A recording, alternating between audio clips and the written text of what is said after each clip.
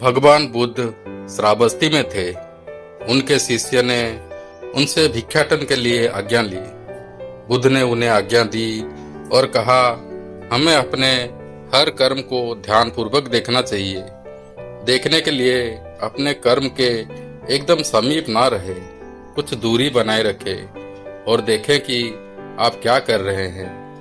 भिक्षा मांगते समय जो भी व्यवहार लोग आपके साथ करते हैं, उस व्यवहार में आप में क्या क्या परिवर्तन होता है, वह जरूर देखें। आपके जीवन में घटने वाली छोटी बड़ी सभी घटनाओं को ध्यानपूर्वक देखें। घटना छोटी है ये सोचकर उन्हें जाने ना दें।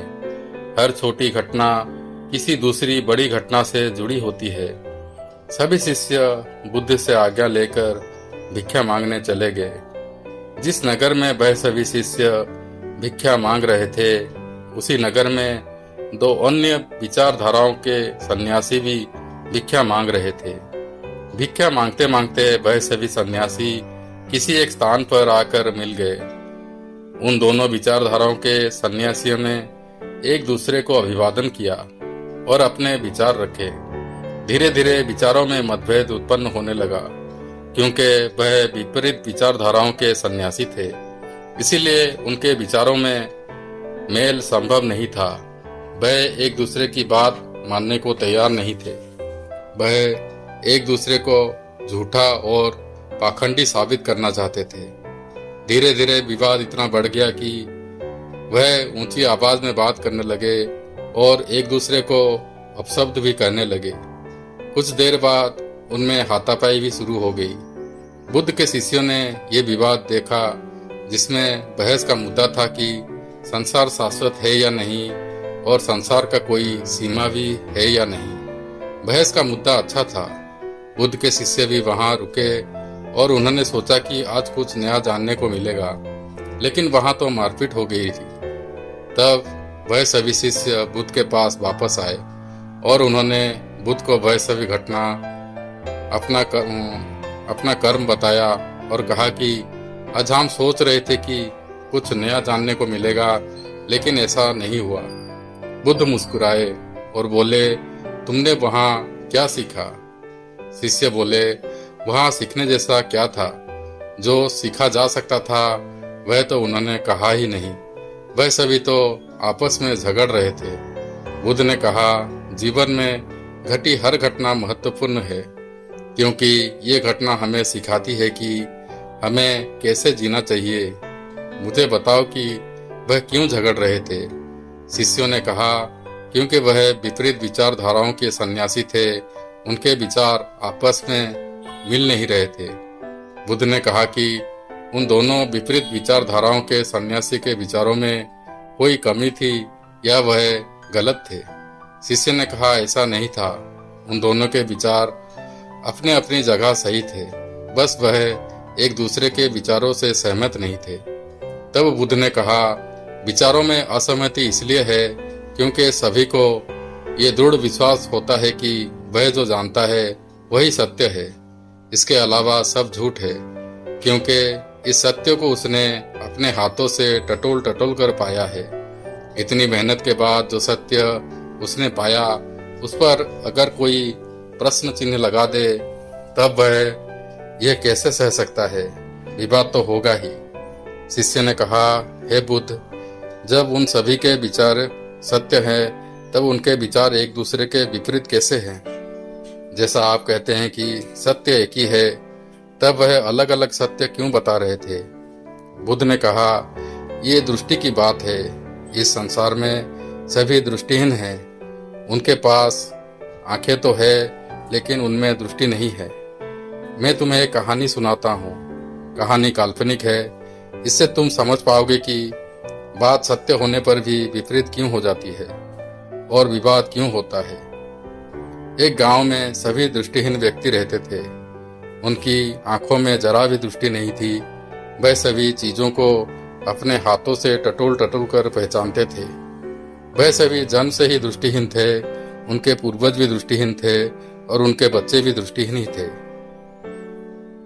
उनमें से किसी ने भी अंधेरे के अलावा किसी और चीज को नहीं देखा था। वह नहीं जानते थे कि किस चीज़ को वह छू रहे हैं, वह कैसी है, वह केवल अंदाज़ा लगाते थे। इसी अंदाजे के आधार पर ही वह उन सब चीज़ों के नाम रख लेते थे और उसकी एक आकृति मन में बसा लेते थे कि वह ऐसा है। बात सब किसी एक वस्तु की ही करते थे, लेकिन सभी के मन में उस वस्तु की अलग अलग आकृतियां होती थी। सबके लिए वह अलग थी। छोटी छोटी चीज़ों के लिए वह आपस में सहमति बना लेते थे कि वह कैसी है। लेकिन एक दिन उनके गांव में एक बड़ी वस्तु आई और ये एक हाथी था।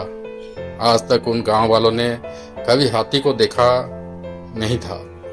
पहली बार एक नई वस्तु की आवाज़ उनके कानों में पड़ी तो वह उसकी तरफ भागे। सभी दृष्टिहीन उस हाथी को छूकर पहचानना चाहते थे कि दृष्टिहीन ने हाथी के पैरों को छुआ और उसके हिसाब से ये सत्य था कि हाथी खंभे की तरह होता है। दूसरे व्यक्ति ने हाथी का वाया छुआ और उसके लिए ये सत्य था कि हाथी घड़े की तरह होता है। और एक दूसरे व्यक्ति ने हाथी के दांतों को छुआ और उसने कहा कि हाथी हल्की तरह है। इसी तरह सभी ने हाथी के किसी न किसी भाग को छुआ और उन्होंने उस हाथी को अपने हिसाब से देखा। तब सभी लोग आपस में सहमति जताने के लिए इकट्ठे हुए और सभी ने उस हाथी के अलग अलग वर्णन किया और किसी की भी वर्णन एक दूसरे से जरा भी मेल नहीं खा रहा था। इसीलिए उनमें विवाद उत्पन्न हुआ और वह आपस में झगड़ने लगे।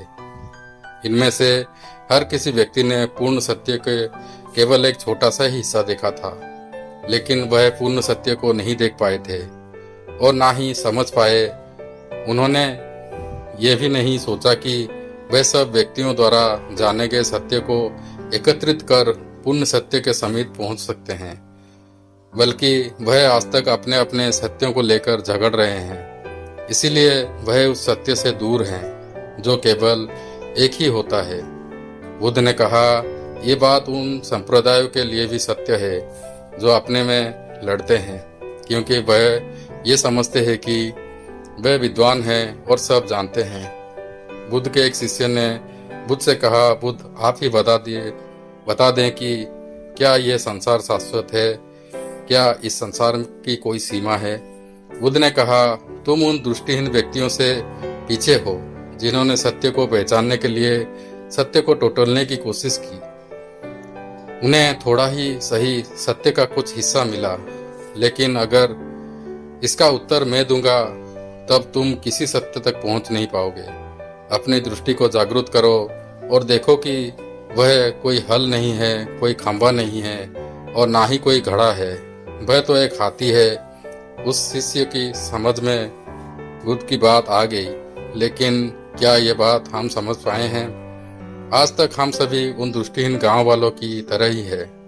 हम सत्य की खोज कर रहे हैं, किसी को कुछ सत्य मिल जा रहा है और किसी को कुछ और फिर हम उन सब को धर्म बनाकर आपस में लड़ते रहते हैं। और ऐसा भी नहीं है कि कोई धर्म बन गया हो और उसमें सभी में सहमति हो। उसमें भी विचारों का टकराव है, उसमें भी सबके अलग अलग सत्य हैं। इस दुनिया में अब इतने सारे सत्य हैं कि वह एक सत्य जो केवल एक है किसी को दिखाई नहीं देता। हम सभी दृष्टिहीन हैं। दृष्टि भी दो प्रकार की होती है। एक वह दृष्टि जो हमारी आंखें हैं, जिससे हम चीज़ों को देखते हैं। आंखें केवल चित्र बना सकती है। दूसरी दृष्टि ये होती है कि उस चित्र को पहचान है कि वह क्या है। एक बच्चा जलती हुई मोमबत्ती की लौ की तरफ बढ़ रहा है। वह उस लौ को अपने हाथ में पकड़ना चाहता है। ऐसा इसलिए है क्योंकि वह मोमबत्ती को देख रहा है लेकिन पहचान नहीं रहा है। लेकिन एक वयस्क व्यक्ति उस मोमबत्ती को लौ को अपने हाथ में नहीं पकड़ेगा, क्योंकि वह जानता है कि इस मोमबत्ती की लौ से हाथ जल सकता है। लेकिन जब तक वह बच्चा उस मोमबत्ती के लौ को अपने हाथ में नहीं पकड़ेगा, तब तक वह ये नहीं जान पाएगा कि मोमबत्ती की लौ का सत्य क्या है। तो दोस्तों, आज के लिए इतना ही। वीडियो अच्छा लगा तो लाइक, कमेंट और सब्सक्राइब कर दीजिए। जय श्री कृष्ण।